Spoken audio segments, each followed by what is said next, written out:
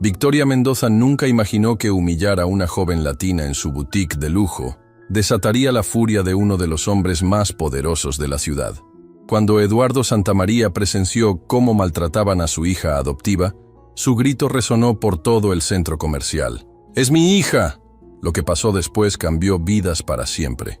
El sol de mediodía se filtraba a través de los cristales polarizados del Mercedes-Benz Clase S, mientras Eduardo Santamaría revisaba los documentos de su última adquisición empresarial. A los 65 años, había construido un imperio que abarcaba desde bienes raíces hasta tecnología, convirtiéndose en uno de los hombres más influyentes de Medellín. Su cabello plateado y su porte distinguido lo hacían inconfundible en los círculos de élite, pero lo que pocos sabían era el vacío que había llenado su corazón 11 años atrás. «Señor Santamaría», la voz de su chofer interrumpió sus pensamientos. «Hemos llegado al centro comercial Santa Fe». Eduardo guardó los papeles en su maletín de cuero italiano. Había venido a buscar un regalo especial para Sofía, su hija adoptiva, quien cumpliría 20 años la próxima semana. La recordaba como esa niña de 8 años, de ojos enormes y tristes, que había perdido a sus padres en un accidente. Desde el momento en que la vio en el orfanato, supo que ella llenaría el vacío que había dejado la muerte de su esposa Elena. Mientras caminaba por los pasillos del exclusivo centro comercial, Eduardo no sabía que a apenas 100 metros de distancia, su hija estaba viviendo uno de los momentos más humillantes de su joven vida. Sofía Santamaría había entrado a Elite Boutique con la intención simple de comprar un vestido para una entrevista de trabajo. A pesar de llevar el apellido de uno de los hombres más ricos del país, ella había insistido en vivir como cualquier estudiante universitaria. Trabajaba a medio tiempo en una librería, usaba ropa sencilla y viajaba en transporte público, algo que constantemente preocupaba a Eduardo pero que él respetaba por amor a su independencia. «Disculpe», Sofía se dirigió cortésmente a la empleada que ordenaba vestidos en el área VIP. «Me gustaría ver algunos vestidos formales, por favor». La empleada, una mujer joven de cabello rubio platinado, la miró de arriba abajo con desdén evidente. Los jeans gastados de Sofía, sus zapatillas deportivas desgastadas y su mochila universitaria gritaban «estudiante sin dinero», en un lugar donde los vestidos costaban más que el salario mensual promedio. «¿Vestidos formales?», preguntó con una sonrisa burlona. «Niña, creo que te equivocaste de tienda. La sección juvenil está en el segundo piso, junto a las tiendas de descuento». Sofía sintió el calor subiendo a sus mejillas, pero mantuvo la compostura. «Tengo dinero para comprar aquí», respondió suavemente, mostrando su tarjeta de débito. En ese momento, como si hubiera sido convocada por una señal invisible, apareció Victoria Mendoza. La gerente de la boutique era una mujer de 42 años que había construido su identidad alrededor de la exclusividad y el estatus social. Su traje Chanel de temporada, sus zapatos Louboutin y su actitud superior la convertían en la guardiana perfecta de un mundo donde solo los adecuados podían ingresar. «¿Cuál es el problema aquí?», preguntó Victoria, su voz cargada de autoridad mientras evaluaba la situación con ojos de halcón. «Esta chica dice que quiere ver vestidos formales», respondió la empleada, poniendo énfasis despectivo en la palabra «chica». Victoria observó a Sofía con la misma expresión que usaría para examinar algo desagradable en la suela de su zapato. Su entrenamiento en discriminación sutil pero efectiva se activó inmediatamente. Había perfeccionado el arte de mantener indeseables fuera de su boutique, sin decir nada técnicamente ilegal, pero completamente humillante. «Querida», Victoria se dirigió a Sofía, con una sonrisa falsa que no llegaba a sus ojos. «Me temo que nuestros precios no están exactamente en el rango de tu demografía. Los vestidos más económicos que tenemos cuestan $500. Estoy segura de que hay opciones más apropiadas para ti en otros lugares».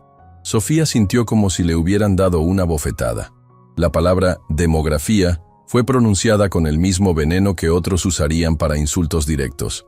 «Entiendo los precios», respondió, tratando de mantener su dignidad intacta. «Tengo una tarjeta de crédito». Victoria soltó una risa que sonó como cristal rompiéndose. «Cariño, una tarjeta de crédito de estudiante con límite de $200 no te va a servir aquí». Además, su voz se volvió más cruel. Nuestros vestidos están diseñados para cierto tipo de figura, personas que frecuentan eventos de alta sociedad, no fiestas universitarias. La humillación era sistemática y calculada.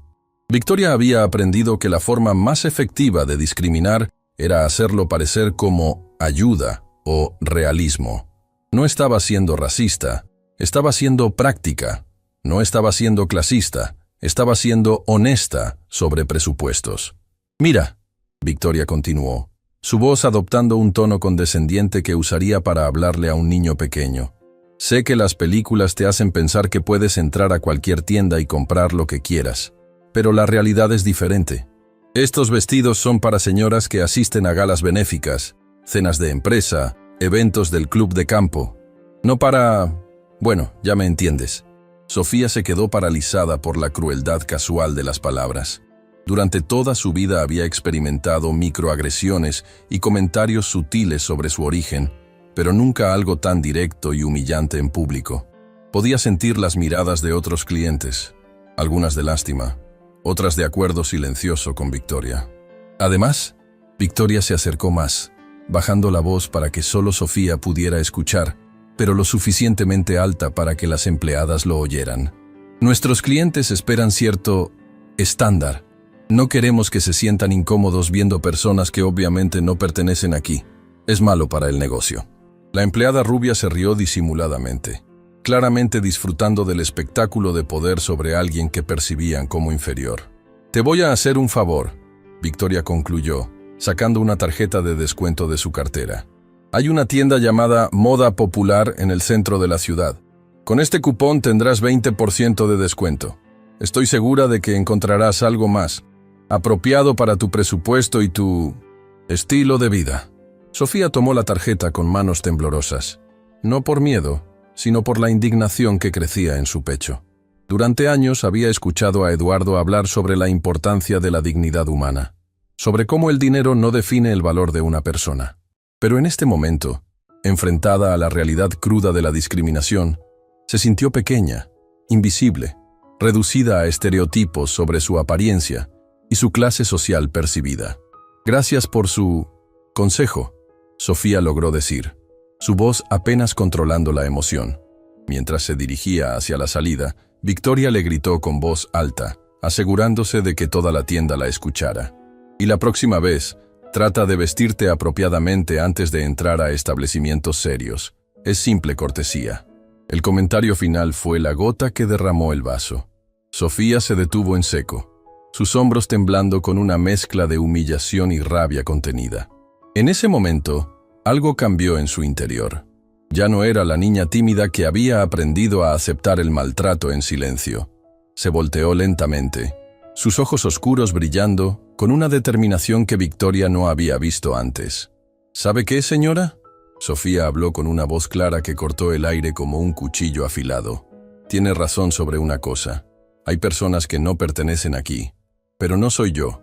Victoria parpadeó, confundida por el súbito cambio en el tono de la joven. Personas como usted, Sofía continuó, su voz ganando fuerza. Personas que miden el valor humano por etiquetas de ropa, que tratan a otros como basura basándose en apariencias, que han olvidado que la verdadera clase no se compra en una boutique. Esas personas no pertenecen en una sociedad civilizada. El silencio en la tienda era absoluto. Victoria se había quedado con la boca abierta, completamente desprevenida para una respuesta tan articulada de alguien a quien había catalogado como inferior. Pero Sofía no había terminado, y para su información, agregó, su voz cargada de una dignidad que llenaba todo el espacio. Mi padre me enseñó que el respeto se gana con acciones, no con el precio de tu ropa. Algo que usted claramente nunca aprendió. Y fue en ese preciso momento, cuando Sofía pronunció la palabra «padre», que Eduardo Santamaría apareció en la entrada de la boutique. Eduardo Santamaría había vivido 65 años en este mundo. Había enfrentado crisis financieras que habrían destruido imperios menores. Había negociado con magnates internacionales que consideraban la crueldad una herramienta de negocios. Y había superado la pérdida devastadora de su esposa Elena. Pero nada, absolutamente nada en su experiencia, Lo había preparado para lo que presenció al entrar en Elite Boutique. Allí estaba Sofía, su pequeña niña que había rescatado de un orfanato 11 años atrás, de pie en el centro de la tienda más exclusiva del centro comercial, temblando de indignación mientras una mujer elegante la miraba con el mismo desprecio que reservaría para algo que hubiera pisado en la calle. Eduardo no pudo escuchar todas las palabras que se intercambiaron, pero no necesitaba hacerlo. El lenguaje corporal contaba toda la historia que necesitaba saber. Victoria Mendoza, con su postura de superioridad absoluta, sus gestos condescendientes y esa sonrisa venenosa que conocía también del mundo corporativo, estaba humillando sistemáticamente a su hija. Y para su información, escuchó la voz clara y firme de Sofía resonando por toda la boutique. Mi padre me enseñó que el respeto se gana con acciones, no con el precio de tu ropa. Algo que usted claramente nunca aprendió. En ese momento, Eduardo sintió como si alguien hubiera encendido un volcán en su pecho. Durante más de una década, había protegido ferozmente a Sofía de exactamente este tipo de situaciones. Había sido cuidadoso de criarla en un ambiente donde fuera valorada por quien era, no juzgada por su origen o apariencia. Había construido cuidadosamente un mundo alrededor de ella, donde la dignidad humana fuera el valor más importante.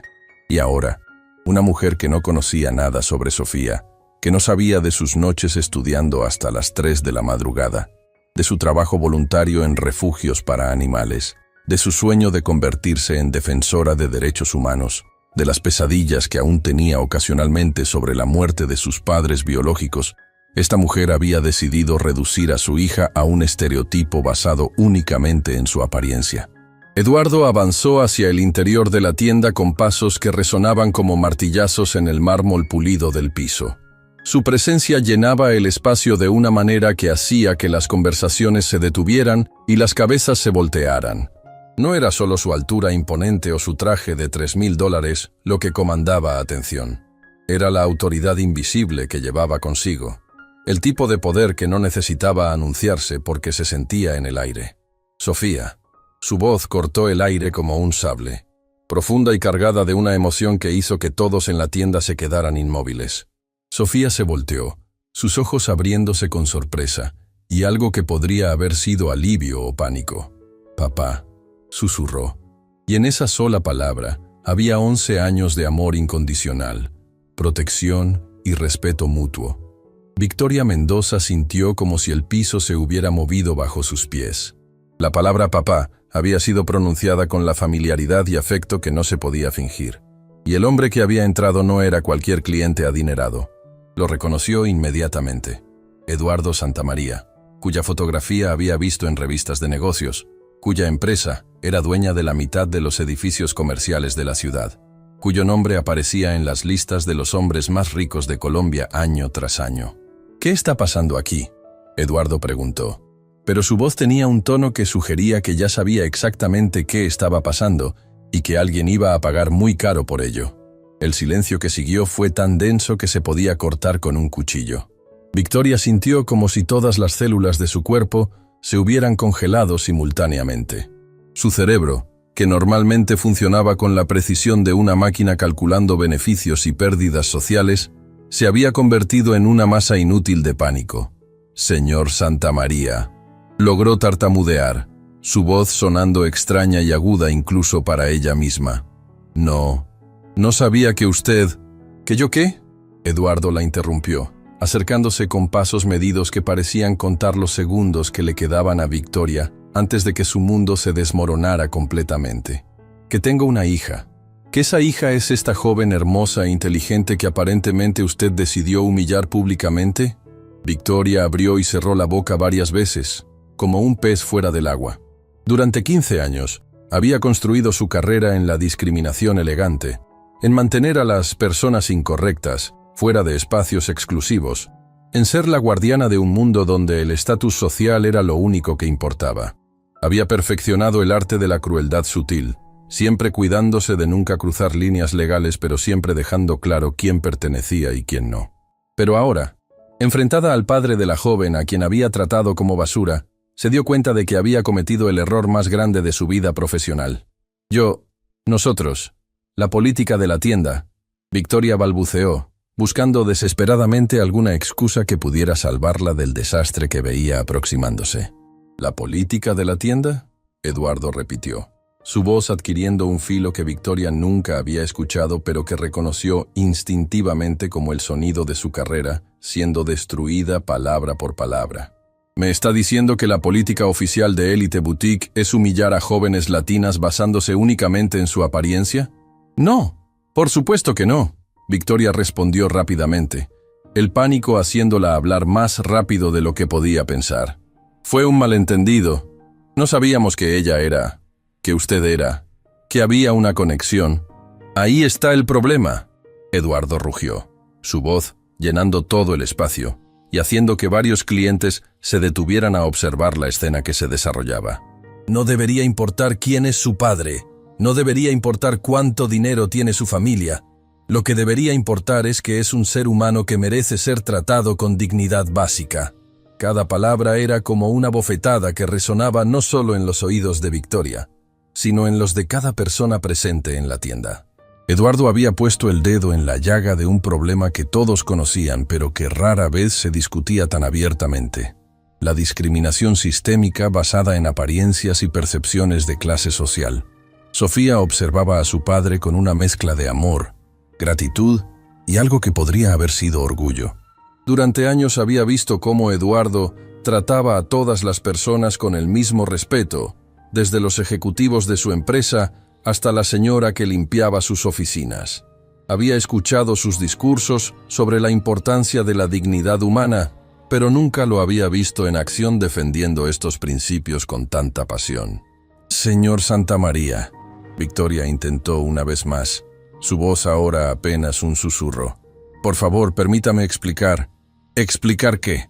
Eduardo se acercó más, su presencia física haciendo que Victoria retrocediera instintivamente. «¿Cómo va a explicar que decidió juzgar a una joven brillante, trabajadora y con más clase moral en su dedo meñique que usted en todo su cuerpo, basándose únicamente en que no llevaba ropa de diseñador?» El aire en la boutique se había vuelto espeso con la tensión.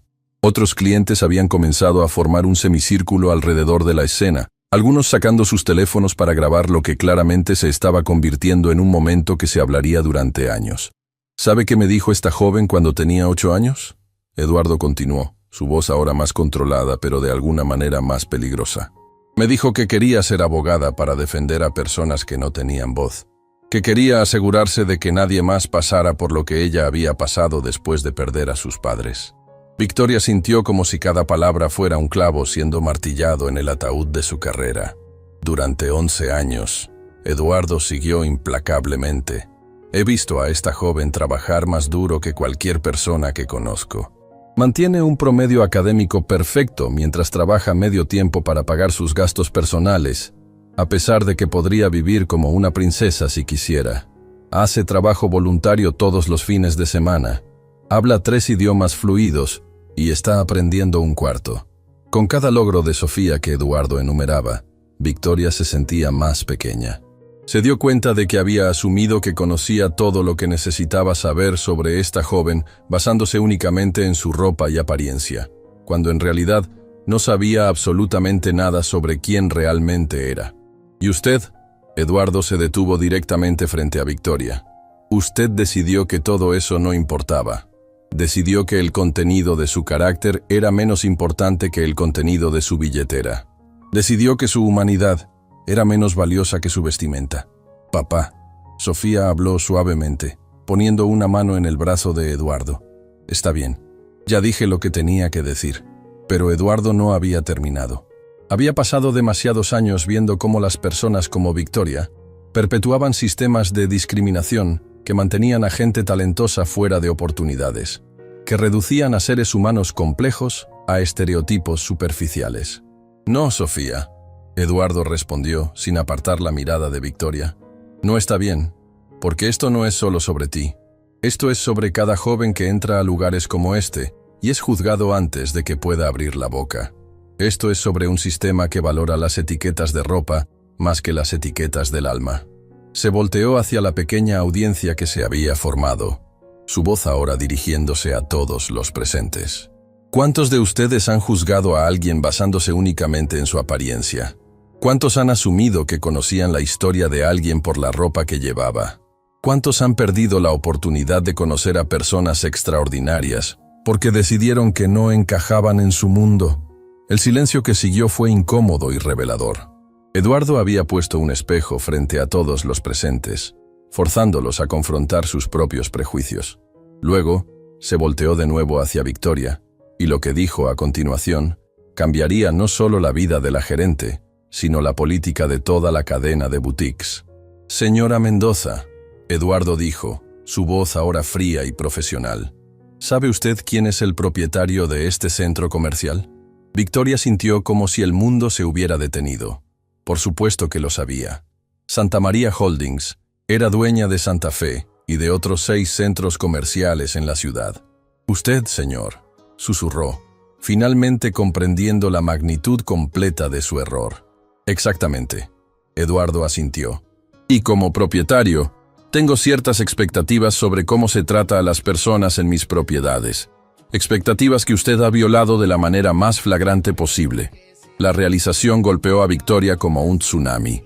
No solo había humillado a la hija del hombre más poderoso de la ciudad, sino que lo había hecho en una propiedad que él poseía, violando probablemente múltiples cláusulas de su contrato de arrendamiento.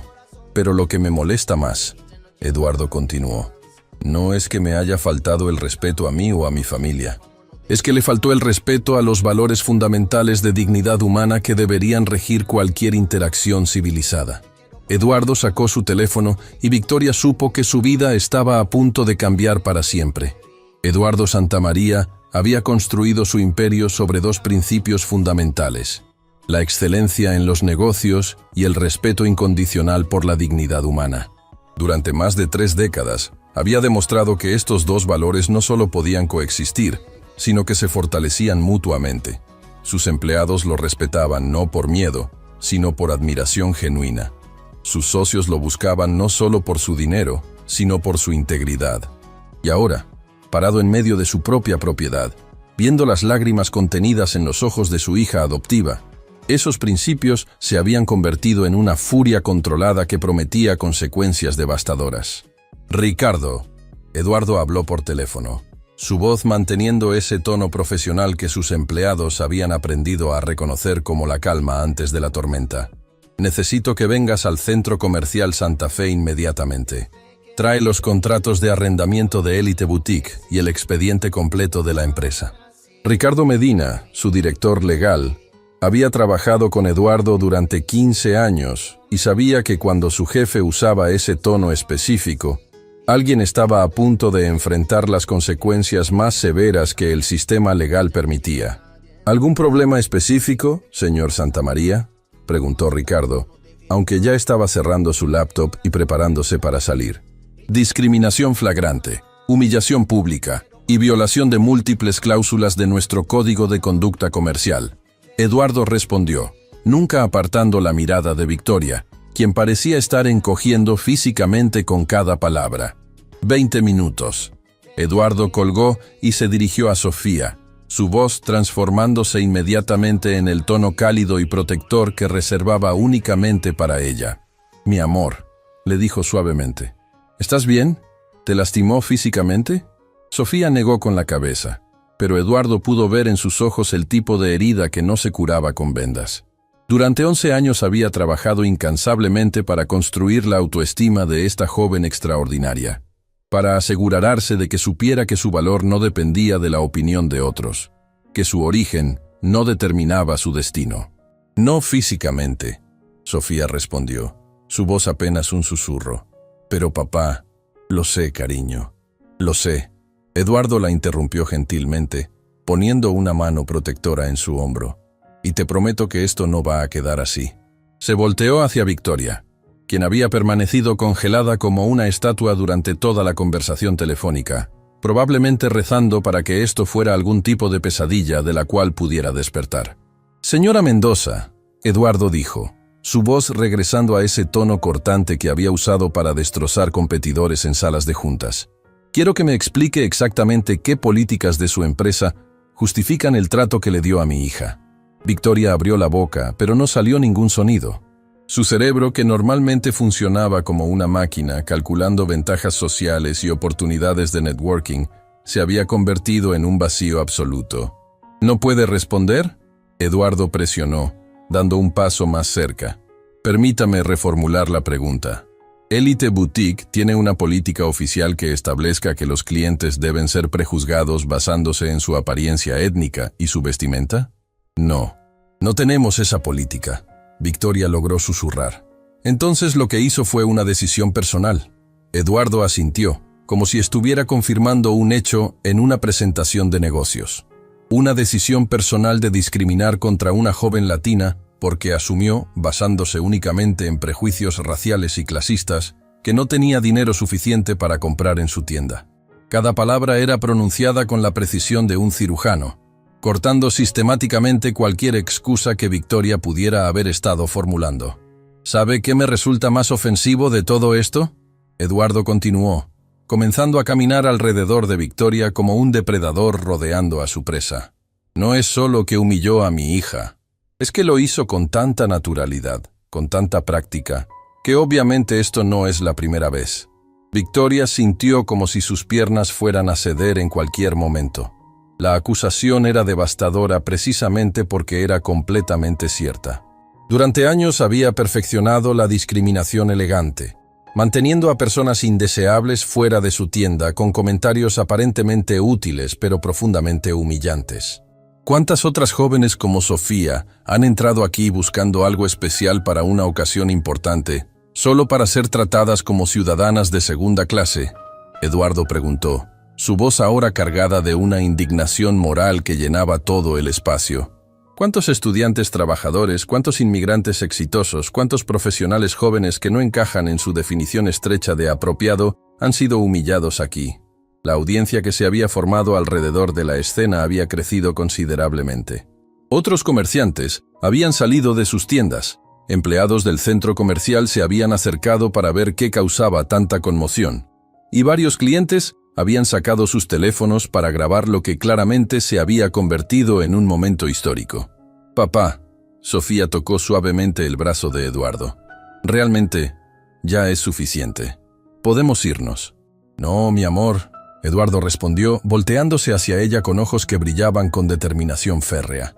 «Durante 11 años te he enseñado que el silencio frente a la injusticia es complicidad.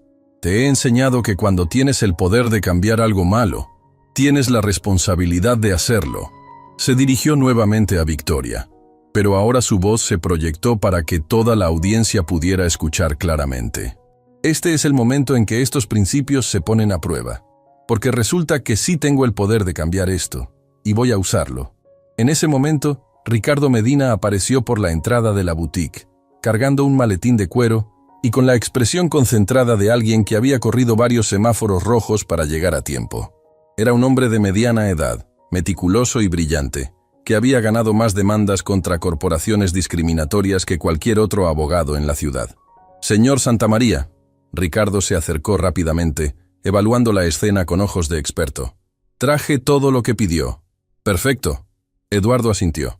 «Ricardo, te presento a la señora Victoria Mendoza, gerente de Elite Boutique». «Señora Mendoza, este es Ricardo Medina, mi director legal». Victoria sintió como si fuera a vomitar.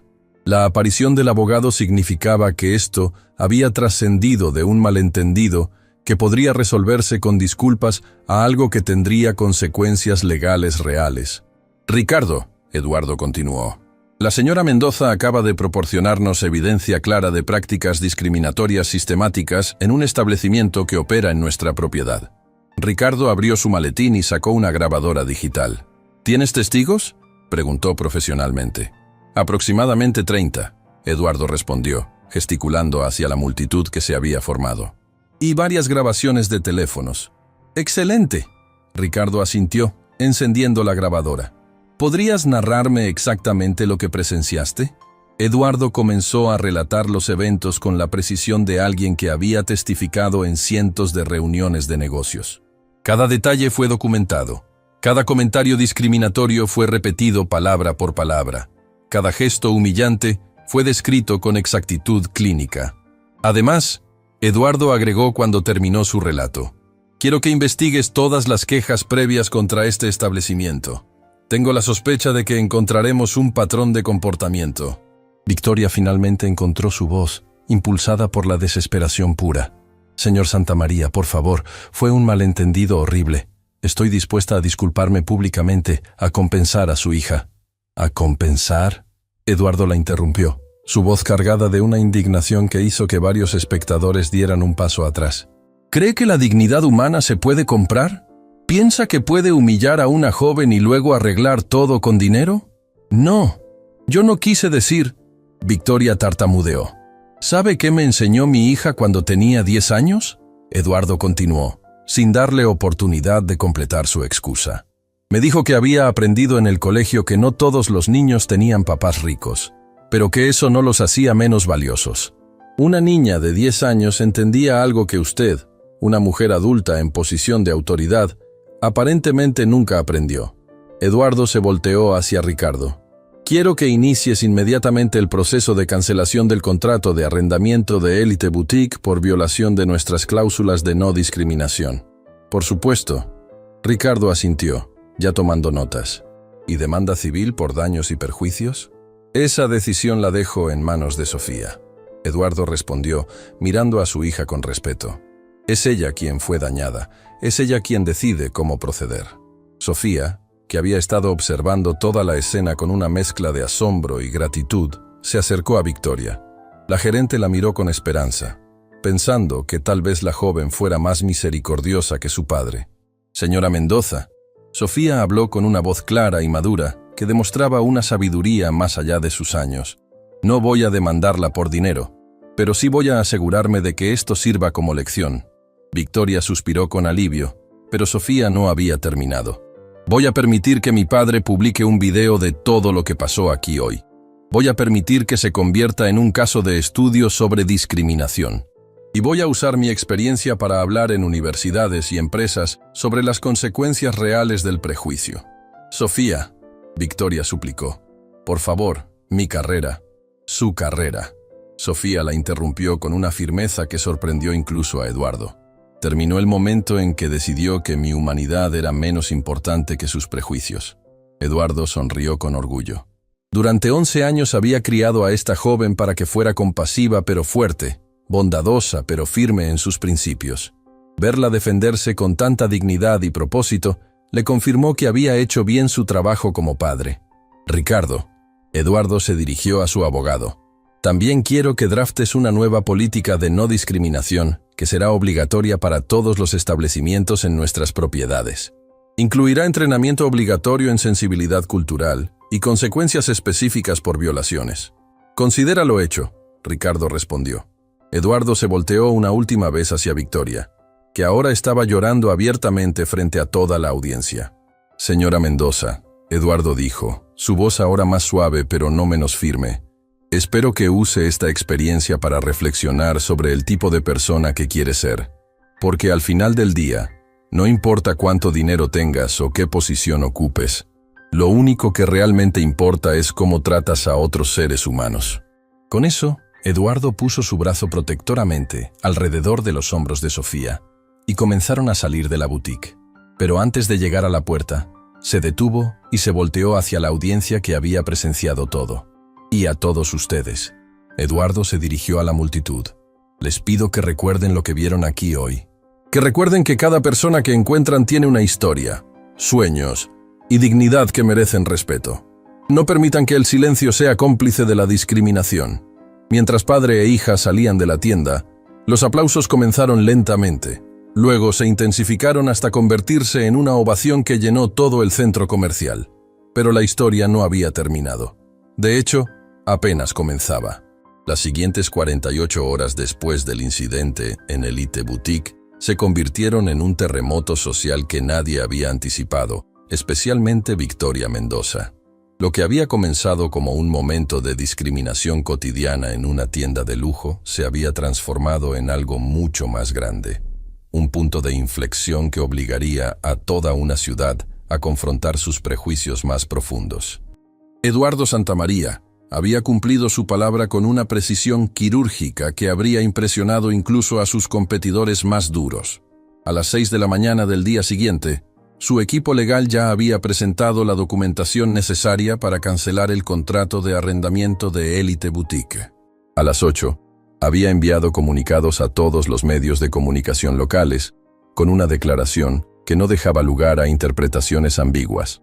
Santa María Holdings no tolerará prácticas discriminatorias en ninguna de sus propiedades, decía el comunicado oficial. Hemos terminado nuestra relación comercial con Elite Boutique debido a violaciones claras de nuestras políticas de no discriminación y dignidad humana. Esta decisión es efectiva inmediatamente y no es negociable. Pero Eduardo no se detuvo ahí. Había aprendido durante décadas en el mundo de los negocios que las acciones simbólicas, por muy satisfactorias que fueran emocionalmente, raramente creaban cambios sistémicos duraderos. Lo que se necesitaba era una transformación estructural que fuera imposible de ignorar o revertir. Ricardo le dijo a su director legal durante una reunión de emergencia a las 7 de la mañana en su oficina: «Quiero que contrates a los mejores consultores en diversidad e inclusión del país. Vamos a crear un programa de certificación obligatoria para todos los establecimientos en nuestras propiedades». «¿Estás hablando de los 6 centros comerciales?», Ricardo preguntó, tomando notas frenéticamente. Los 6 centros comerciales, los 4 complejos de oficinas, los 2 hoteles y todas las propiedades residenciales de lujo. Eduardo confirmó. Cada empleado que tenga contacto con el público recibirá entrenamiento. Cada gerente será evaluado trimestralmente. Cada establecimiento tendrá que demostrar inclusión activa, no solo ausencia de discriminación obvia. Ricardo silbó suavemente. El alcance de lo que Eduardo estaba proponiendo era masivo. Probablemente el programa de inclusión más ambicioso que se hubiera implementado en el sector privado en Colombia. ¿Y el presupuesto?, preguntó. Ilimitado. Eduardo respondió sin dudar. Vamos a convertir esto en el estándar de oro para toda la industria. Quiero que en 5 años, cuando alguien mencione inclusión corporativa en América Latina, piensen inmediatamente en el modelo Santa María. Mientras Eduardo ponía en marcha su revolución corporativa, Sofía estaba enfrentando su propia transformación en la Universidad Javeriana. La noticia del incidente se había extendido por el campus como fuego en pasto seco, pero no de la manera que ella había anticipado. ¿Es verdad que tu papá es Eduardo Santamaría?, le preguntó Camila, su compañera de estudios de Derecho, mientras almorzaban en la cafetería estudiantil. Sofía suspiró. Durante 3 años, había logrado mantener su vida universitaria completamente separada de la riqueza y el estatus de su padre adoptivo. Había insistido en usar solo su primer apellido en la universidad. Había rechazado cualquier tratamiento especial. Había trabajado en empleos de medio tiempo para pagar sus gastos personales a pesar de las objeciones de Eduardo. Sí, respondió simplemente, preparándose para la conversación incómoda que inevitablemente seguiría. ¿Y nunca nos dijiste nada?, Camila preguntó, su voz cargada de una mezcla de asombro y algo que podría haber sido resentimiento. Porque no quería que me trataran diferente, Sofía explicó, moviendo su ensalada sin realmente comerla. Quería ganarme el respeto por mis propios méritos, no por la cuenta bancaria de mi padre. Pero Sofía, intervino Diego, otro compañero de clase que se había unido a la conversación, ¿te das cuenta de las oportunidades que has tenido? Los contactos, la educación privada, las ventajas. La pregunta golpeó a Sofía como una bofetada, no porque fuera maliciosa, sino porque era completamente justa. Diego venía de una familia de clase trabajadora. Había tenido que tomar préstamos estudiantiles para pagar la universidad. Trabajaba 30 horas a la semana en un call center para mantenerse. Tienes razón, Sofía admitió, poniendo su tenedor sobre la mesa. He tenido privilegios enormes. Mi padre pagó mi educación. Nunca tuve que preocuparme por la comida o la vivienda. Tuve acceso a tutores y recursos que la mayoría de estudiantes no tienen. Entonces, Diego presionó. ¿No te parece un poco hipócrita quejarte por discriminación cuando has vivido una vida de privilegio que la mayoría de nosotros no podemos ni soñar? La pregunta colgaba en el aire como una bomba esperando explotar. Sofía se dio cuenta de que estaba enfrentando algo que había estado evitando durante años. La compleja intersección entre su identidad como joven latina adoptada y su realidad como hija de uno de los hombres más ricos del país. ¿Sabes qué? Sofía respondió después de un largo momento de reflexión. Tienes razón en que he tenido privilegios enormes. Pero eso no significa que la discriminación que experimenté fuera menos real o menos dañina. Explícame, Diego pidió, su tono suavizándose ligeramente. Cuando Victoria Mendoza me miró, Sofía comenzó, su voz adquiriendo una intensidad que hizo que toda la mesa se callara para escuchar. No vio a la hija adoptiva de Eduardo Santamaría. Vio a una joven latina con ropa sencilla, y asumió inmediatamente que yo no pertenecía a su mundo. En ese momento, todos mis privilegios fueron irrelevantes porque ella no los conocía. Sofía hizo una pausa, organizando sus pensamientos. Pero más importante que eso, continuó, es el hecho de que ella trata de esa manera a jóvenes que realmente no tienen los privilegios que yo tengo. Si a mí, con todas mis ventajas, me trató así, ¿cómo crees que trata a estudiantes como tú, Diego, que no tienen un padre multimillonario esperando a defenderlos? La perspectiva que Sofía había articulado resonó por toda la mesa. Sus compañeros comenzaron a ver que la discriminación que había experimentado no era solo personal, sino sintomática de un problema mucho más grande que afectaba a estudiantes como ellos todos los días. Es por eso, Sofía continuó, su voz ganando fuerza, que no puedo simplemente usar mis privilegios para protegerme y olvidarme del resto. Tengo la responsabilidad de usar esos privilegios para crear cambio. ¿Qué tipo de cambio?, preguntó Camila. Voy a empezar una organización estudiantil, Sofía anunció, sorprendiendo incluso a ella misma con la decisión que acababa de tomar. Se llamará Dignidad sin Fronteras. Vamos a documentar casos de discriminación, a proporcionar apoyo legal gratuito a estudiantes que experimenten prejuicio y a trabajar con empresas para crear políticas inclusivas reales. ¿Y cómo vas a financiar algo así?, Diego preguntó, aunque ahora su tono era de curiosidad genuina en lugar de escepticismo. Con mi fondo fiduciario, Sofía respondió sin dudar. Cada peso que mi padre me ha dado, cada ventaja que he tenido, los voy a convertir en oportunidades para otros. La declaración creó un silencio reverencial en la mesa. Sofía no solo estaba admitiendo su privilegio, sino que estaba prometiendo usarlo de la manera más altruista posible. Mientras tanto, a 20 kilómetros de distancia, Victoria Mendoza estaba experimentando la caída libre más devastadora de su vida profesional. En menos de 24 horas había perdido no solo su trabajo, sino aparentemente toda posibilidad de encontrar empleo en retail de lujo en la ciudad. Lo siento, señora Mendoza, le dijo por teléfono el gerente de recursos humanos de Cartier, pero hemos decidido ir en una dirección diferente para la posición. Era la quinta llamada similar que había recibido esa mañana. Victoria se dio cuenta con horror de que la noticia de su confrontación con Eduardo Santamaría se había extendido por toda la industria como un virus letal para su carrera. Su teléfono sonó nuevamente. Era Alejandra Torres, su mejor amiga desde la universidad, y ahora directora de una importante firma de relaciones públicas. Victoria, la voz de Alejandra sonaba tensa. Necesitamos hablar. Alejandra, gracias a Dios.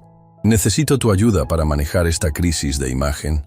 Victoria, Alejandra la interrumpió. No puedo ayudarte. De hecho, varios de mis clientes me han pedido específicamente que no trabaje contigo. Victoria sintió como si el piso se hubiera abierto bajo sus pies. ¿Qué? El video se volvió viral, Victoria. Ha sido visto por más de 2 millones de personas en las últimas 24 horas. Los comentarios no son favorables. Victoria corrió a su laptop y buscó Victoria Mendoza Elite Boutique. Los resultados fueron devastadores. El video de su confrontación con Sofía y Eduardo había sido subido a YouTube, Facebook, Twitter, TikTok e Instagram. Los comentarios eran una mezcla de indignación moral, análisis social y condena pública que la pintaban como la villana perfecta en una historia sobre justicia social. Gerente racista humilla a estudiante latina. Es destruida por padre millonario. Decía el título del video más popular, que había acumulado 3.2 millones de visualizaciones. Pero lo que más la horrorizó no fueron los comentarios crueles o los memes que se burlaban de ella. Fue verse a sí misma en video, observar su propio comportamiento desde la perspectiva de un observador externo. Por primera vez pudo ver objetivamente cómo había tratado a Sofía, y lo que vio la hizo sentir náuseas. Se había comportado exactamente como los villanos de las películas que había visto durante toda su vida. Su sonrisa condescendiente, sus gestos despreciativos, su tono de voz cargado de superioridad, todo había sido capturado en alta definición para que el mundo entero lo analizara y juzgara. Su teléfono sonó otra vez. Era su madre, Victoria. La voz de doña Carmen sonaba cansada y decepcionada. Acabo de ver el video. Victoria comenzó a llorar. Durante 42 años había construido cuidadosamente una imagen de éxito profesional y superioridad social que había sido diseñada para hacer que su madre se sintiera orgullosa. Y ahora, en un solo momento de crueldad casual, había destruido no solo su carrera sino la imagen que su propia familia tenía de ella. «Mamá», Victoria sollozó al teléfono. «No sé qué me pasó. No soy así realmente».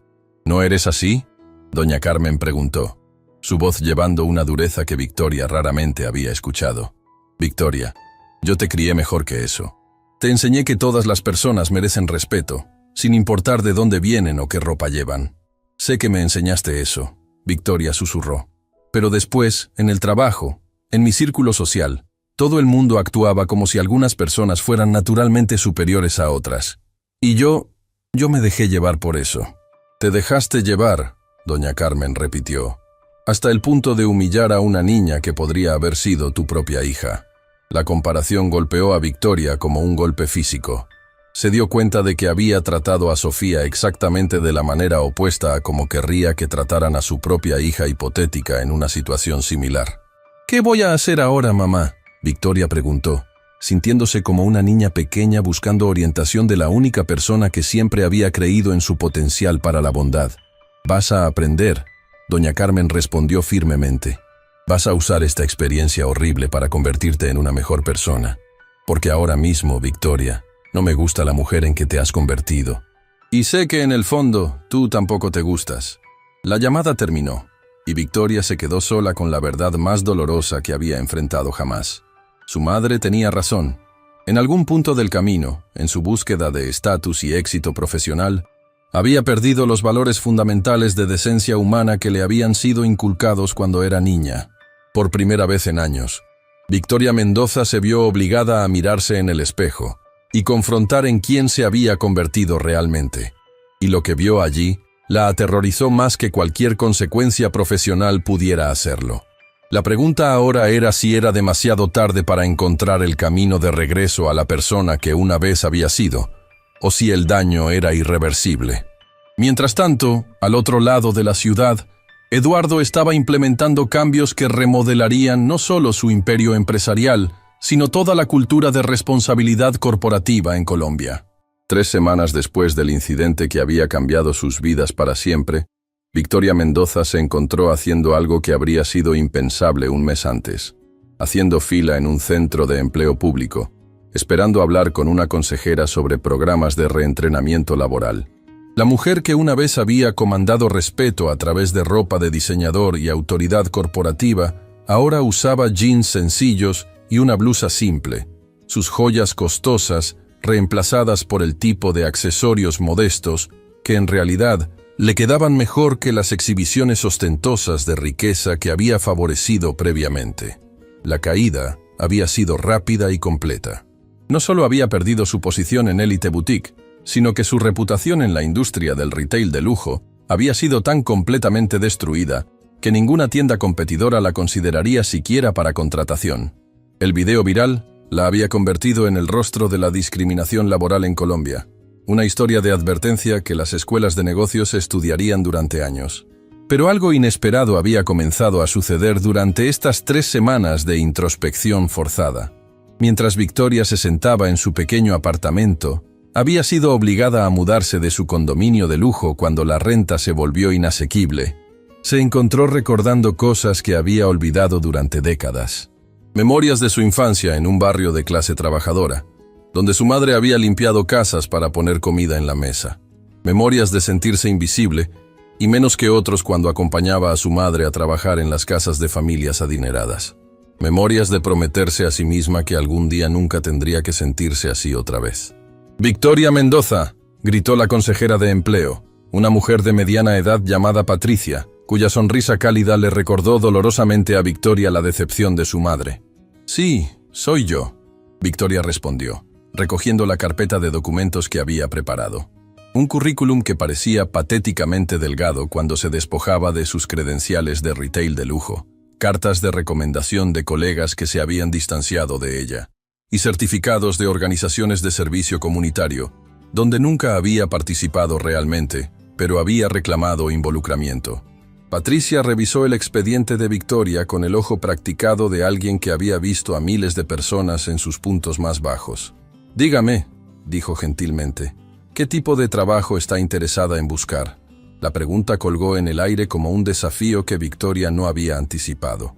Durante 20 años, su identidad había estado completamente envuelta en ser gerente de espacios exclusivos, una guardiana que decidía quién pertenecía en el mundo del consumo de lujo. Sin ese papel, se dio cuenta con claridad absoluta. No tenía idea de quién era realmente o qué quería hacer con su vida. «No lo sé», Victoria admitió, la honestidad sintiéndose extraña y vulnerable. «Durante tanto tiempo me definí por mi posición, por el prestigio de donde trabajaba. Ahora me doy cuenta de que nunca me detuve a preguntar qué tipo de trabajo me haría sentir realmente realizada». Patricia asintió con conocimiento. «Eso es más común de lo que piensa. Muchas personas en carreras de alta presión y orientadas al estatus llegan a un punto donde se dan cuenta de que han estado viviendo la versión de éxito de alguien más. La cosa es», Victoria continuó, sorprendida por su propia apertura, «sigo pensando en la joven que humillé. Ella estaba tratando de comprar algo especial, probablemente para una entrevista de trabajo o evento importante. Y en lugar de ayudarla a sentirse confiada y hermosa, la hice sentir pequeña y no bienvenida». Victoria hizo una pausa, su voz quebrándose ligeramente. «Sigo preguntándome cuántas otras personas he tratado de esa manera a lo largo de los años. ¿Cuántos sueños podría haber aplastado con mis prejuicios?». Patricia se inclinó hacia adelante, su expresión cambiando de cortesía profesional a interés genuino. «Suena como que no está solo buscando un nuevo trabajo. Suena como que está buscando un nuevo propósito».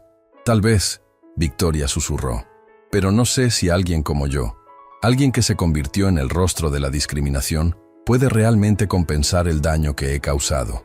Mientras tanto, al otro lado de la ciudad, Sofía estaba descubriendo que iniciar una organización de justicia social era significativamente más complejo de lo que había anticipado. La sala de conferencias en la Universidad Javeriana estaba llena de estudiantes que habían respondido a su llamado para miembros fundadores de Dignidad sin Fronteras, pero las conversaciones estaban revelando desafíos inesperados. «El problema», explicó María Elena, una estudiante de Derecho de una comunidad rural, «es que la mayoría de casos de discriminación nunca se reportan porque las personas no saben que tienen derechos, no pueden costear ayuda legal o tienen miedo de represalias. Esa es exactamente la razón por la que necesitamos esta organización». Sofía respondió, pero podía ver escepticismo en varias caras alrededor de la mesa. «Pero Sofía», intervino Carlos, un estudiante de economía cuya familia había inmigrado de Venezuela, «sin ofender, pero estás proponiendo esto desde una posición de privilegio increíble. Cuando te discriminaron, tuviste un padre millonario para defenderte inmediatamente. La mayoría de nosotros no tenemos ese lujo». El comentario dolió porque era completamente justo. Sofía había estado luchando con esta paradoja durante semanas. ¿Cómo podía auténticamente liderar una organización luchando contra la discriminación cuando su propia experiencia de ella había sido amortiguada por un privilegio económico enorme? «Tienes absolutamente razón», reconoció. «Y esa es exactamente la razón por la que no puedo liderar esta organización sola. Necesito cofundadores que hayan experimentado discriminación sin la red de seguridad que yo he tenido». «¿Qué estás proponiendo?», preguntó Diana, una estudiante de psicología que había estado tomando notas silenciosamente. «Estoy proponiendo que use mis recursos, las conexiones de mi padre, mi fondo fiduciario, mi acceso legal, para crear una plataforma que eleve voces que no han sido escuchadas. Quiero ser una facilitadora, no el rostro del movimiento». La sala cayó en silencio mientras los estudiantes procesaban este enfoque inesperado. La mayoría había esperado que Sofía aprovechara su momento viral para reconocimiento personal y liderazgo. Su voluntad de dar un paso atrás y compartir poder era sorprendente. He estado pensando en esto durante semanas, Sofía continuó. El cambio real no vendrá de mí contando mi historia una y otra vez. Vendrá de crear sistemas que protejan a personas que no tienen padres millonarios a quienes llamar cuando son tratados injustamente. ¿Qué tipo de sistemas?, Carlos preguntó, su escepticismo cambiando hacia curiosidad genuina. Clínicas de ayuda legal en barrios de clase trabajadora, Sofía comenzó, su voz ganando confianza mientras delineaba la visión que había estado desarrollándose en su mente. Asociaciones con sindicatos laborales para documentar discriminación en el lugar de trabajo. Programas educacionales en escuelas secundarias para enseñar a estudiantes sobre sus derechos. Y más importante, un equipo de respuesta rápida que pueda proporcionar apoyo inmediato cuando ocurre discriminación. Eso suena caro, observó María Elena. Mi fondo fiduciario madura el próximo mes. Sofía respondió simplemente. Vale $2.3 millones. Quiero usarlo para dotar a esta organización permanentemente. El silencio que siguió fue aturdido.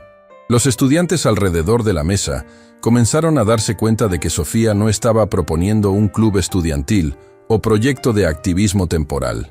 Estaba hablando de crear una institución permanente con suficiente financiamiento para operar independientemente durante décadas. ¿Por qué?, preguntó Diego, el estudiante que la había desafiado más directamente en la cafetería semanas antes. Podrías usar ese dinero para cualquier cosa. Podrías viajar por el mundo, comprar casas, vivir una vida de lujo completo. ¿Por qué regalarlo? Sofía pensó cuidadosamente la pregunta antes de responder. Porque hace 3 semanas me di cuenta de que todo el privilegio del mundo no significa nada si lo usas para separarte de otros, en lugar de conectarte con ellos. Mi padre adoptivo me enseñó que los recursos son responsabilidades, no solo oportunidades. Pero también, continuó, su voz volviéndose más personal, porque recuerdo cómo se sintió tener 8 años y no tener nada. Estar completamente sin poder y dependiente de la bondad de otros. Aunque he tenido ventajas increíbles desde entonces, nunca quiero olvidar cómo se siente esa impotencia. Mientras Sofía organizaba a sus compañeros alrededor de principios de justicia e inclusión, Eduardo estaba enfrentando resistencia inesperada de sus propios socios comerciales. La reunión de emergencia de la junta directiva en Santa María Holdings había sido convocada por 3 de sus accionistas minoritarios, y sus expresiones alrededor de la mesa de conferencias de Caoba sugerían que esta no sería una conversación placentera. Eduardo, comenzó Alejandro Ruiz, quien controlaba el 15% de la compañía. Necesitamos hablar sobre la dirección que estás tomando con la empresa. Te escucho. Eduardo respondió calmadamente, aunque había anticipado esta confrontación durante días. Los programas de inclusión que estás implementando, continuó Ruiz, son costosos, están interrumpiendo nuestras relaciones establecidas con clientes y, francamente, están creando controversia que está afectando nuestra imagen de marca entre nuestro público objetivo. Eduardo sintió una oleada familiar de la ira que lo había consumido en Elite Boutique, pero esta vez la controló con la disciplina que lo había hecho exitoso en los negocios durante 3 décadas. Nuestro público objetivo, repitió lentamente, consiste en personas con ingresos disponibles que valoran calidad y servicio. Estás sugiriendo que este público está fundamentalmente opuesto a tratar a todos los clientes con dignidad. No seas ingenuo, Eduardo, intervino Isabela Montenegro, otra miembro de la junta. Nuestras propiedades de lujo atraen a personas porque son exclusivas. Cuando eliminas la exclusividad, cuando haces que todos se sientan bienvenidos, disminuyes precisamente lo que nuestros clientes están pagando. ¿Qué es qué exactamente?, Eduardo preguntó, su voz peligrosamente silenciosa. La experiencia de ser especial, Montenegro respondió. De ser mejor que la gente ordinaria. Eso es lo que significa el lujo. Eduardo se levantó lentamente, su altura completa y presencia dominando la sala de conferencias. He pasado 30 años construyendo esta empresa sobre la premisa de que el éxito y el comportamiento ético no son mutuamente exclusivos. Si creen que nuestro modelo de negocio requiere tratar a seres humanos como menos que otros para hacer que otros se sientan superiores. Entonces tenemos un desacuerdo fundamental sobre lo que esta empresa debería ser. No se trata de creencias, Ruiz argumentó. Se trata de números. Los programas de inclusión nos están costando millones, y algunos de nuestros clientes de mayor pago están expresando incomodidad con los cambios. Muéstrame los números, Eduardo exigió.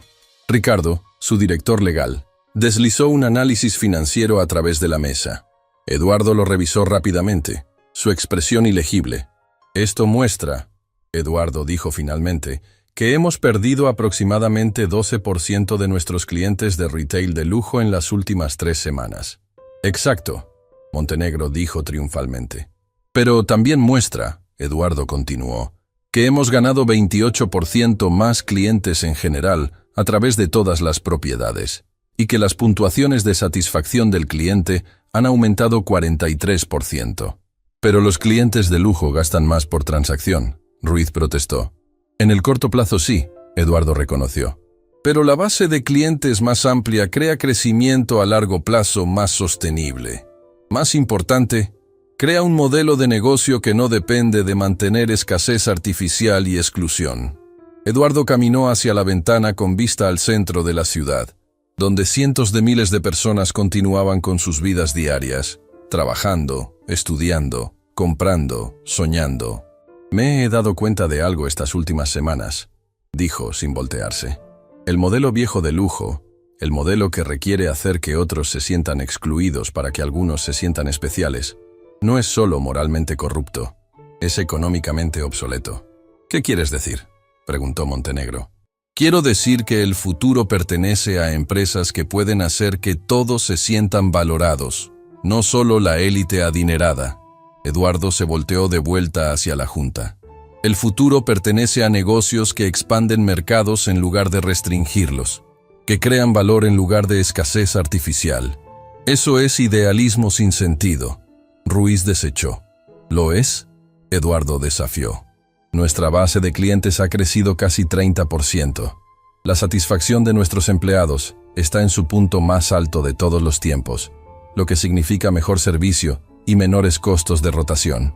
Nuestras propiedades están siendo mencionadas positivamente en redes sociales en lugar de ser criticadas por elitismo. Eduardo regresó a su asiento, su voz volviéndose más empresarial. Pero más allá de los números, necesito contarles algo personal. Hace 3 semanas, vi a mi hija ser humillada en una de nuestras propiedades porque alguien decidió que no parecía pertenecer allí.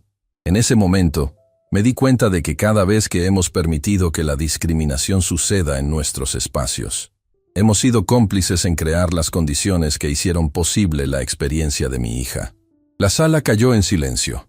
Varios miembros de la junta se movieron incómodamente, dándose cuenta de que la transformación de Eduardo no era solo sobre estrategia de negocios, era profundamente personal. Así que esto es lo que va a pasar, Eduardo continuó, su voz llevando la autoridad que había construido un imperio. Los programas de inclusión continúan, se expanden. Y si alguno de ustedes encuentra esta dirección incompatible con su visión para la empresa, estoy preparado para comprar sus acciones a valor completo de mercado. El ultimátum colgó en el aire como un desafío. Eduardo acababa de ofrecer a sus críticos una salida rentable mientras dejaba claro que su compromiso con el cambio no era negociable. Estás arriesgando todo lo que hemos construido, Montenegro advirtió. No, Eduardo respondió firmemente. Finalmente estoy construyendo algo que vale la pena conservar. 6 meses después del incidente que había sacudido los cimientos de la sociedad bogotana, Victoria Mendoza se encontraba en un lugar que jamás había imaginado. Parada frente a un espejo en el baño de un centro comunitario en Ciudad Bolívar, uno de los barrios más pobres de la capital, preparándose para dirigir un taller sobre dignidad en el servicio al cliente, para trabajadores de bajos ingresos. El viaje hasta este momento había sido brutal y transformador. Después de meses de rechazo profesional y aislamiento social, Victoria había tomado la decisión más difícil de su vida: contactar directamente a Sofía Santamaría para pedirle una oportunidad de enmendar el daño que había causado. La respuesta de Sofía había sido inesperada. En lugar de rechazarla inmediatamente o exigir una disculpa pública humillante, la joven había propuesto algo mucho más desafiante: que Victoria trabajara durante 6 meses como voluntaria en organizaciones comunitarias, aprendiendo de primera mano sobre las realidades de las personas a las que había discriminado durante años. Si realmente quiere cambiar, Sofía le había dicho durante su única conversación telefónica, no puede hacerlo desde la comodidad de su privilegio perdido. Tiene que entender las consecuencias reales de las actitudes que promocionó durante décadas. Así había comenzado la educación más humillante y reveladora de la vida de Victoria. Había trabajado en comedores populares, sirviendo comida a familias que luchaban por sobrevivir con salarios mínimos. Había ayudado en centros de alfabetización, enseñando a leer a adultos que nunca habían tenido oportunidades educativas. Había colaborado en refugios para mujeres víctimas de violencia doméstica, muchas de las cuales habían perdido empleos precisamente por la discriminación que ella había perpetrado. Señora Victoria, la voz de Mariana, coordinadora del centro comunitario, la sacó de sus reflexiones. Los participantes ya llegaron. ¿Está lista? Victoria asintió, aunque su estómago se revolvía de nervios. Durante los últimos 6 meses, había aprendido que las personas que había despreciado como clase baja eran trabajadores extraordinariamente resilientes, madres solteras que criaban hijos con recursos mínimos, inmigrantes que habían dejado todo atrás buscando oportunidades, jóvenes que estudiaban de noche después de jornadas laborales extenuantes. Entró al aula improvisada donde 20 personas la esperaban. Reconoció varios rostros. Carmen, quien limpiaba oficinas de noche y estudiaba contabilidad los fines de semana. Miguel, un inmigrante venezolano con título universitario que trabajaba como vendedor ambulante mientras esperaba la convalidación de sus estudios. Rosa, una madre soltera de 3 hijos que había perdido múltiples empleos por no poder pagar niñera. «Buenos días», Victoria comenzó, su voz temblando ligeramente. «Mi nombre es Victoria Mendoza, y antes de empezar, necesito contarles algo importante sobre quién soy y por qué estoy aquí». El silencio en la habitación era palpable. Varios participantes la habían reconocido del video viral que había destruido su carrera, pero nadie había esperado verla en este contexto. «Hace 6 meses», Victoria continuó, forzándose a mantener contacto visual con su audiencia, «fui la gerente que humilló públicamente a una joven estudiante en una boutique de lujo. Muchos de ustedes probablemente vieron el video. Fui yo quien decidió que esta chica no pertenecía en mi tienda basándome únicamente en su apariencia». Murmuros incómodos llenaron la habitación.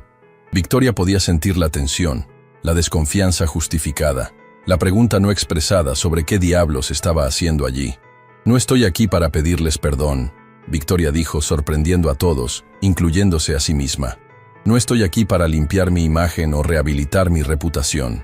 Estoy aquí porque durante estos 6 meses trabajando en comunidades como esta, he aprendido algo que debería haber sabido hace décadas».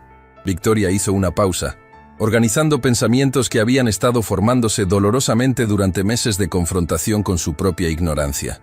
«He aprendido que las personas a quienes discriminé no son víctimas que necesitan mi lástima. Son profesionales, estudiantes, emprendedores, líderes comunitarios que han logrado cosas extraordinarias, a pesar de obstáculos que yo nunca enfrenté. He aprendido que mi comportamiento no era solo cruel, sino estúpidamente desperdiciador de talento humano». Carmen, la mujer que limpiaba oficinas, levantó la mano. «¿Y qué espera de nosotros ahora? ¿Que la perdonemos? ¿Que le digamos que está bien lo que hizo?» «No», Victoria respondió inmediatamente. «Espero que me permitan compartir lo que he aprendido sobre cómo el prejuicio opera en espacios de servicio al cliente, no para excusar mi comportamiento, sino para ayudarlos a defenderse cuando enfrentan discriminación similar». Miguel, el inmigrante venezolano, se inclinó hacia adelante. «¿Nos va a enseñar sobre discriminación? ¿La persona que discriminó?» «Exactamente», Victoria asintió. «Porque sé exactamente cómo piensan las personas como yo. Sé qué señales buscan para decidir quién merece buen servicio. Sé qué palabras usan para discriminar sin parecer ilegales. Sé cómo funciona el sistema porque fui parte del problema durante 20 años». La honestidad brutal de Victoria creó un cambio sutil en la atmósfera de la habitación. Los participantes comenzaron a darse cuenta de que esta no era una sesión típica de caridad condescendiente, sino algo mucho más específico y potencialmente útil. «Por ejemplo», Victoria continuó, Cuando alguien como yo dice, no estoy segura de que tengamos algo en su rango de precios, no está siendo útil. Está usando código para decir, usted no se ve como alguien que puede permitirse comprar aquí. Cuando dice tal vez estaría más cómodo en otra tienda, está discriminando basándose en su apariencia. Rosa, la madre soltera, intervino. ¿Y qué podemos hacer cuando eso pasa? Nosotros necesitamos esos trabajos, esas oportunidades. No podemos simplemente confrontar a cada persona que nos trata mal. Pueden, Victoria respondió, pero necesitan saber exactamente qué leyes los protegen y cómo documentar discriminación de manera que sea legalmente útil. Durante las siguientes 2 horas, Victoria enseñó el taller más importante de su vida. No desde una posición de superioridad moral, sino desde la perspectiva única de alguien que había sido el perpetrador, y ahora entendía íntimamente cómo operaba la discriminación sistemática. Explicó cómo grabar discretamente interacciones discriminatorias, qué palabras legalmente constituían discriminación, cómo escalar quejas efectivamente, qué organizaciones proporcionaban apoyo legal gratuito. Más importante, enseñó técnicas de comunicación que permitían a las personas mantener su dignidad mientras navegaban espacios hostiles.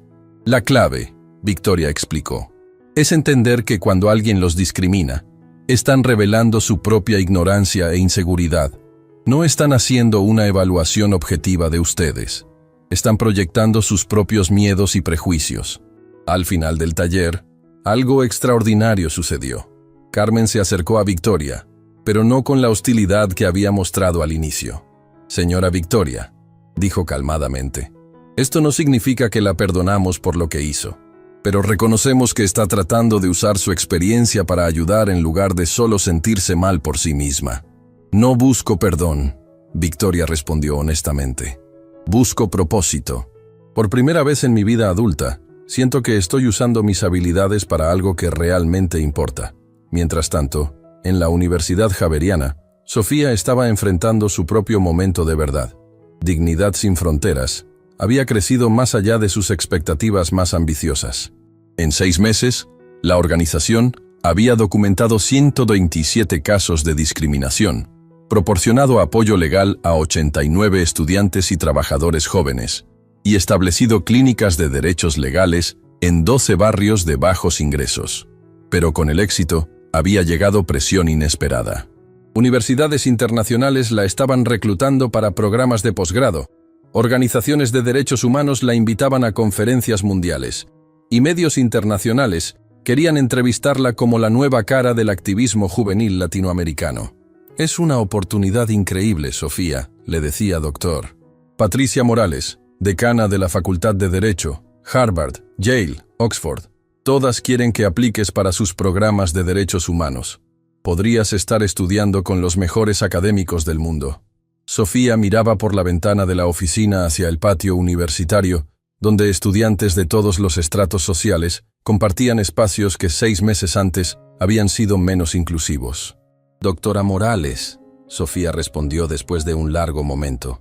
¿Qué impacto real tendré estudiando teorías de justicia social en aulas de élite en el extranjero, comparado con el impacto que puedo tener aquí, trabajando directamente con comunidades que enfrentan discriminación todos los días?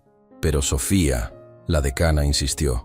Un título de una universidad de prestigio internacional te daría credibilidad académica, conexiones globales, oportunidades de influir política a nivel mundial. O me convertiría en otra activista de élite que habla sobre justicia social desde la comodidad del privilegio académico. Sofía interrumpió gentilmente.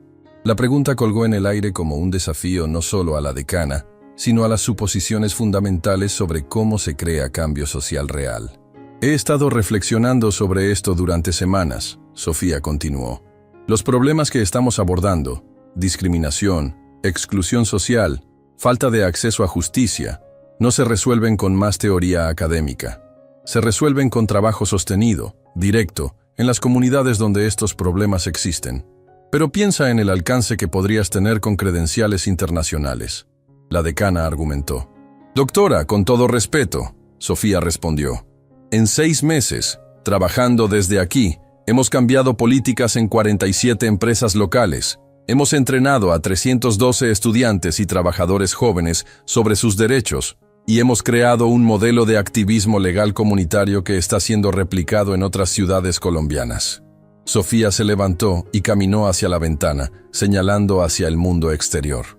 ¿Cuántos estudiantes de Harvard o Yale están creando cambio real en sus comunidades locales versus escribiendo tesis académicas que solo otros académicos leerán?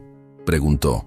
No estoy despreciando la educación académica, pero para el tipo de trabajo que quiero hacer, la experiencia directa vale más que credenciales prestigiosas. En ese momento su teléfono sonó. Era Carlos, su compañero de clase que se había convertido en codirector de Dignidad Sin Fronteras. Sofía, Carlos sonaba emocionado. Acabamos de recibir confirmación. El gobierno nacional quiere implementar nuestro modelo de clínicas de derechos legales en todas las universidades públicas del país. Están ofreciendo 5 millones de pesos en financiamiento inicial. Sofía sonrió, sintiendo una satisfacción que sabía que ningún título internacional podría igualar. ¿Ves?, le dijo a la decana. Esto es lo que pasa cuando te enfocas en crear soluciones reales, en lugar de buscar reconocimiento académico. Mientras Sofía rechazaba oportunidades de élite para profundizar su trabajo local, Eduardo estaba enfrentando las consecuencias más amplias de su revolución corporativa. Los cambios que había implementado habían tenido efectos dominó que nadie había anticipado. Señor Santamaría. Ricardo entró a su oficina con una expresión que mezclaba asombro y preocupación. Necesita ver estos reportes. Eduardo revisó los documentos que Ricardo le había entregado. Los números eran extraordinarios. Sus propiedades no solo habían recuperado completamente las pérdidas de clientes de lujo, sino que habían atraído una base de clientes completamente nueva. Más significativo aún, 3 de sus principales competidores habían comenzado a implementar políticas similares de inclusión, no por convicción moral, sino porque el modelo Santamaría se había vuelto tan exitoso comercialmente que ignorarlo significaba quedarse atrás. Hay más, Ricardo continuó. Hemos recibido consultas de empresas en México, Chile, Argentina y Perú. Quieren contratar nuestros consultores para implementar programas similares. Eduardo se recostó en su silla, procesando las implicaciones. Lo que había comenzado como una respuesta personal e indignada a la discriminación contra su hija, se había convertido en un movimiento comercial que estaba redefiniendo estándares industriales en toda América Latina. ¿Y qué hay de Victoria Mendoza?, Eduardo preguntó. Durante meses, había estado siguiendo discretamente los esfuerzos de la exgerente por redimirse. Los reportes de los centros comunitarios son consistentes, Ricardo respondió. Ha estado trabajando como voluntaria durante 6 meses. Los coordinadores dicen que es la voluntaria más comprometida y efectiva que han tenido. Aparentemente, su comprensión de cómo opera la discriminación la hace excepcionalmente buena enseñando a otros cómo defenderse contra ella. Eduardo consideró esta información cuidadosamente. La justicia poética habría sido que Victoria permaneciera permanentemente castigada por sus acciones. Pero había algo más poderoso en la idea de que alguien que había causado daño encontrara una manera de usar esa experiencia para prevenir daño futuro. Ricardo, Eduardo dijo finalmente, quiero que hagan una evaluación completa del trabajo de Victoria en las comunidades. Si los reportes son tan positivos como dices, tal vez haya una manera de que use su experiencia de manera más amplia. ¿Está pensando en ofrecerle trabajo?, Ricardo preguntó, claramente sorprendido. Estoy pensando en algo más radical, Eduardo respondió. Estoy pensando en que dirija nuestro nuevo departamento de prevención de discriminación. Nadie entiende mejor cómo operan los prejuicios en espacios comerciales que alguien que los practicó durante décadas. La propuesta era tan inesperada que Ricardo se quedó sin palabras durante varios segundos. Señor, finalmente dijo, eso sería increíblemente controversial. La mujer que se convirtió en el símbolo de discriminación corporativa, trabajando para la empresa que la castigó por discriminación. Exactamente. Eduardo sonrió. Sería la demostración más poderosa posible de que creemos genuinamente en la redención, no solo en el castigo. Y prácticamente sería extraordinariamente efectiva. Eduardo se puso de pie y caminó hacia la ventana, mirando hacia la ciudad que había ayudado a transformar. Además, agregó, si realmente queremos crear cambio sistémico, necesitamos mostrar que las personas pueden evolucionar, que cometer errores terribles no te condena permanentemente, siempre que estés dispuesto a hacer el trabajo real de cambio. Era una filosofía que iba contra todos los instintos de justicia vengativa, pero que representaba algo mucho más poderoso. La posibilidad de que incluso las personas que habían causado daño profundo pudieran encontrar maneras de contribuir positivamente al mundo. Un año después del incidente que había cambiado 4 vidas para siempre, el Gran Salón de Convenciones de Bogotá estaba lleno hasta su capacidad máxima. Más de 3.000 personas, empresarios, estudiantes, trabajadores, académicos, activistas y representantes de organizaciones internacionales se habían reunido para el primer Congreso Latinoamericano sobre dignidad e inclusión empresarial. En el escenario principal, una mesa redonda extraordinaria estaba a punto de comenzar. Los 4 panelistas representaban una transformación que pocos habían creído posible 12 meses antes. Eduardo Santamaría, cuyo imperio empresarial se había convertido en el modelo de inclusión corporativa más estudiado de América Latina, ocupaba el primer lugar. A su lado, Sofía Santamaría, ahora de 21 años, directora de la organización de derechos humanos más influyente del país y consultora del Gobierno Nacional en políticas antidiscriminación. En el tercer lugar, Victoria Mendoza, quien en un giro que había sorprendido a todo el país, se había convertido en la directora nacional de prevención de discriminación de Santamaría Holdings, cargo desde el cual había revolucionado las prácticas de inclusión en más de 200 empresas. Y en el cuarto lugar, la presencia más inesperada de todas, Carmen, la madre de Sofía, quien después de años de trabajo silencioso limpiando oficinas, había sido descubierta como una líder comunitaria extraordinaria y ahora dirigía el Programa Nacional de Mentorías para Mujeres Trabajadoras. Damas y caballeros, la moderadora del panel, una reconocida periodista de CNN en español, se dirigió a la audiencia. Hace exactamente un año, estas 4 personas protagonizaron un incidente que se volvió viral por las razones equivocadas. Hoy están aquí para demostrar que las historias más poderosas no son sobre conflicto, sino sobre transformación. Eduardo tomó el micrófono primero, su voz llenando el auditorium con la autoridad que había ganado no solo por su éxito empresarial, sino por su coraje moral. Hace un año, comenzó. Pensé que estaba defendiendo a mi hija contra discriminación. No sabía que estaba iniciando una revolución que cambiaría no solo mi empresa, sino mi entendimiento completo de lo que significa el éxito real. Eduardo hizo una pausa, mirando hacia la audiencia que incluía CEOs de las empresas más grandes de Colombia, estudiantes universitarios y trabajadores de servicio que por primera vez compartían el mismo espacio en igualdad de condiciones. Los números hablan por sí solos, continuó. Nuestro modelo de inclusión radical no solo es moralmente correcto, es económicamente superior. Nuestras propiedades han visto aumentos del 47% en satisfacción del cliente, 52% en retención de empleados y 38% en rentabilidad. Pero más importante que eso, hemos demostrado que hacer lo correcto y hacer dinero no son objetivos contradictorios. Aplausos llenaron el auditorium, pero Eduardo levantó la mano para continuar. Sin embargo, el verdadero logro no es lo que hemos construido, sino lo que hemos aprendido sobre el potencial humano. Cada persona que trabaja en nuestras propiedades, cada cliente que entra a nuestros espacios, cada estudiante que se beneficia de nuestros programas, representa talento que habría sido desperdiciado bajo el modelo anterior de exclusión. Cuando Eduardo terminó, Sofía tomó el micrófono. A sus 21 años, había desarrollado una presencia que combinaba la sabiduría de alguien que había experimentado discriminación con la autoridad de quien había creado soluciones sistémicas para combatirla. Mi experiencia en Elite Boutique no fue única. Sofía comenzó, su voz clara y firme. Cada día, miles de jóvenes latinoamericanos enfrentan discriminación similar en espacios de trabajo, educación y comercio.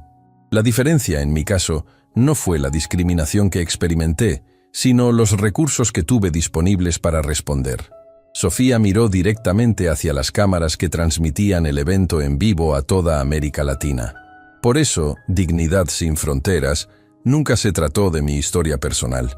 Se trató de crear sistemas que protejan a todas las personas que no tienen un padre millonario para defenderlas. En 12 meses, hemos documentado más de 800 casos de discriminación, proporcionado apoyo legal a 347 individuos, Y más importante, hemos entrenado a más de 2.000 jóvenes para que se conviertan en defensores de sus propios derechos. La audiencia escuchaba en silencio absoluto mientras Sofía delineaba logros que habían redefinido el activismo juvenil en Colombia. Pero el aprendizaje más importante, continuó, ha sido entender que el privilegio no es algo de lo que avergonzarse, sino algo que debe usarse responsablemente. Mi fondo fiduciario de $2.3 millones no me hace superior a nadie, pero me da la responsabilidad de crear oportunidades para otros. Sofía hizo una pausa, preparándose para el anuncio que había estado guardando para este momento. Por eso, hoy anuncio que estoy donando $1 millón adicionales para establecer el Fondo Permanente de Defensa Legal Comunitaria, que proporcionará apoyo legal gratuito a víctimas de discriminación en toda América Latina, operando independientemente de cualquier gobierno o institución. La ovación que siguió duró casi 5 minutos, pero cuando finalmente se calmó, todos los ojos se dirigieron hacia Victoria Mendoza. Victoria se acercó al micrófono con una mezcla de humildad y determinación que habría sido imposible de imaginar un año antes. La mujer que una vez había representado lo peor de la discriminación sistemática, ahora se había convertido en una de las voces más efectivas contra ella. No voy a fingir que mi historia es inspiradora. Victoria comenzó, su honestidad brutal cortando el aire como un cuchillo. Hace un año, humillé a una joven extraordinaria porque mis prejuicios me cegaron a su humanidad. No hay excusas para eso. No hay explicaciones que lo justifiquen. Fue cruel, fue sistemático, y fue el reflejo de actitudes que había cultivado durante décadas. El silencio en el auditorium era absoluto. Victoria había capturado la atención de cada persona presente con su negativa a suavizar su responsabilidad. Pero lo que he aprendido durante este año, continuó, es que reconocer el daño que causé fue solo el primer paso.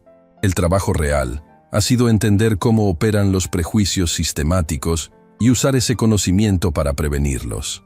Victoria miró hacia la sección del auditorium donde se sentaban los trabajadores comunitarios con quienes había colaborado durante meses.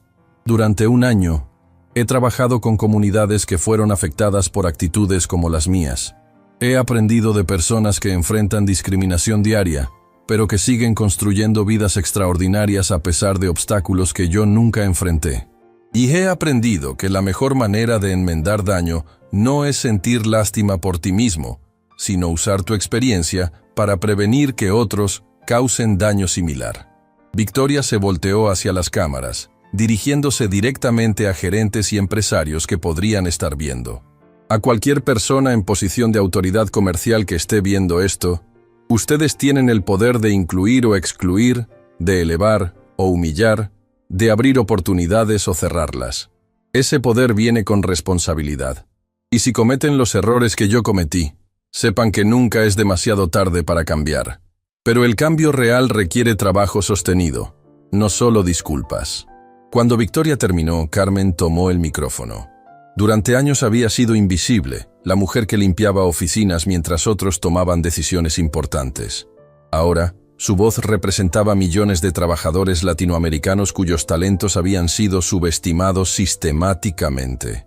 Mi historia es simple, Carmen comenzó, su voz cargada de la dignidad que había mantenido durante años de trabajo no reconocido. Limpié oficinas durante 15 años mientras criaba a mi hija y soñaba con oportunidades que parecían imposibles. Carmen miró hacia Sofía con amor y orgullo. Pero lo que aprendí durante esos años es que el trabajo honesto, sin importar cuál sea, tiene dignidad inherente. El problema no era mi trabajo. El problema era que otras personas decidían que mi trabajo me hacía menos valiosa como ser humano. La observación resonó por todo el auditorium, especialmente entre trabajadores de servicio que raramente escuchaban su experiencia articulada en espacios públicos prestigiosos. Cuando el señor Eduardo me ofreció dirigir el programa de mentorías, Carmen continuó, no estaba recibiendo caridad. Estaba recibiendo reconocimiento por habilidades de liderazgo que había desarrollado durante años organizando a madres solteras en mi barrio, coordinando grupos de estudio para niños sin recursos y creando redes de apoyo para familias trabajadoras. Carmen hizo una pausa, permitiendo que sus palabras penetraran. El talento no escasea en nuestras comunidades. Lo que escasea son oportunidades para que ese talento sea reconocido y desarrollado. Nuestro programa de mentorías no crea líderes. Identifica líderes que ya existen y les proporciona plataformas para impactar más ampliamente. Los números que Carmen citó a continuación fueron extraordinarios. 450 mujeres trabajadoras habían completado el programa de mentorías, 78% habían recibido promociones o encontrado mejores empleos, 23 habían iniciado sus propios negocios y 127 se habían convertido en mentoras para otras mujeres. Pero la métrica más importante, Carmen concluyó, es que nuestras hijas están creciendo en un mundo donde ven que el trabajo de sus madres es valorado y respetado. Esa es una transformación generacional que cambiará a América Latina. Cuando los 4 panelistas terminaron sus presentaciones individuales, la moderadora les hizo la pregunta que toda la audiencia había estado esperando. Hace un año, ustedes 4 representaban un conflicto que polarizó el país. Hoy representan una colaboración que está transformando sociedades enteras. ¿Qué le dirían a personas que creen que el cambio social real es imposible? Eduardo, Sofía, Victoria y Carmen se miraron entre sí, intercambiando sonrisas que reflejaban un año de trabajo colaborativo extraordinario. Sofía respondió primero. Les diríamos que el cambio no viene de grandes gestos heroicos. Viene de decidir todos los días tratar a cada persona con dignidad, sin importar quién sea o de dónde venga. Victoria añadió. Les diríamos que los errores más grandes pueden convertirse en oportunidades para el crecimiento más profundo, pero solo si están dispuestos a hacer el trabajo real de cambio personal. Carmen continuó. Les diríamos que el liderazgo existe en todas las comunidades, en todos los niveles sociales. Solo necesita ser reconocido y apoyado. Eduardo concluyó. Y les diríamos que crear un mundo más justo no es solo moralmente correcto, es económicamente inteligente. Las sociedades inclusivas son más prósperas, más innovadoras y más resilientes. La ovación final duró más de 10 minutos. Pero más importante que los aplausos fueron las conversaciones que comenzaron inmediatamente después del evento. Empresarios se acercaron a trabajadores comunitarios para discutir colaboraciones. Estudiantes se conectaron con mentores potenciales. Activistas compartieron estrategias con líderes empresariales. 6 meses después del Congreso, los efectos se habían multiplicado exponencialmente. El modelo Santa María había sido adoptado por más de 500 empresas en 7 países latinoamericanos. Dignidad sin Fronteras había establecido capítulos en 15 ciudades. El programa de mentorías de Carmen había sido replicado en 4 países. Y Victoria había entrenado a más de 300 gerentes en técnicas de inclusión auténtica. Pero tal vez el indicador más poderoso del cambio había sido una encuesta nacional que mostró que 73% de colombianos creían que las actitudes hacia la discriminación habían cambiado significativamente en los últimos 2 años. Una tarde, exactamente 2 años después del incidente original, Eduardo, Sofía, Victoria y Carmen se reunieron en el mismo centro comercial donde todo había comenzado. Elite Boutique había sido reemplazada por una tienda llamada Dignidad Moda, que empleaba deliberadamente a trabajadores de diversos orígenes y entrenaba a su personal en inclusión activa. ¿Alguna vez imaginaron que estaríamos aquí juntos?, preguntó Sofía, mirando alrededor del espacio transformado. Nunca, Victoria respondió honestamente. Pero he aprendido que las transformaciones más poderosas son las que parecen imposibles al principio. Carmen sonrió. Mi abuela solía decir que Dios escribe derecho en líneas torcidas. Tal vez necesitábamos ese conflicto para crear esta colaboración. Eduardo asintió. A veces el cambio real requiere crisis que nos fuercen a confrontar verdades que habíamos estado evitando. Mientras salían del centro comercial juntos, el empresario multimillonario, la activista visionaria, la exdiscriminadora convertida en educadora y la líder comunitaria emergente representaban algo que había parecido imposible 2 años antes. La prueba viviente de que las sociedades pueden evolucionar, las personas pueden cambiar, y la justicia puede emerger de la injusticia cuando hay voluntad genuina de transformación. Su historia había comenzado con humillación y terminado con esperanza. Había empezado con división y concluido con colaboración. Había iniciado con privilegio defendido y culminado con privilegio compartido. Y más importante que todo, Había demostrado que cuando las personas están dispuestas a hacer el trabajo difícil de examinar sus propios prejuicios, confrontar sus propias limitaciones y usar sus recursos para elevar a otros, los cambios que parecen imposibles no solo se vuelven posibles, sino inevitables. La transformación estaba completa, pero su impacto apenas comenzaba a sentirse en toda América Latina.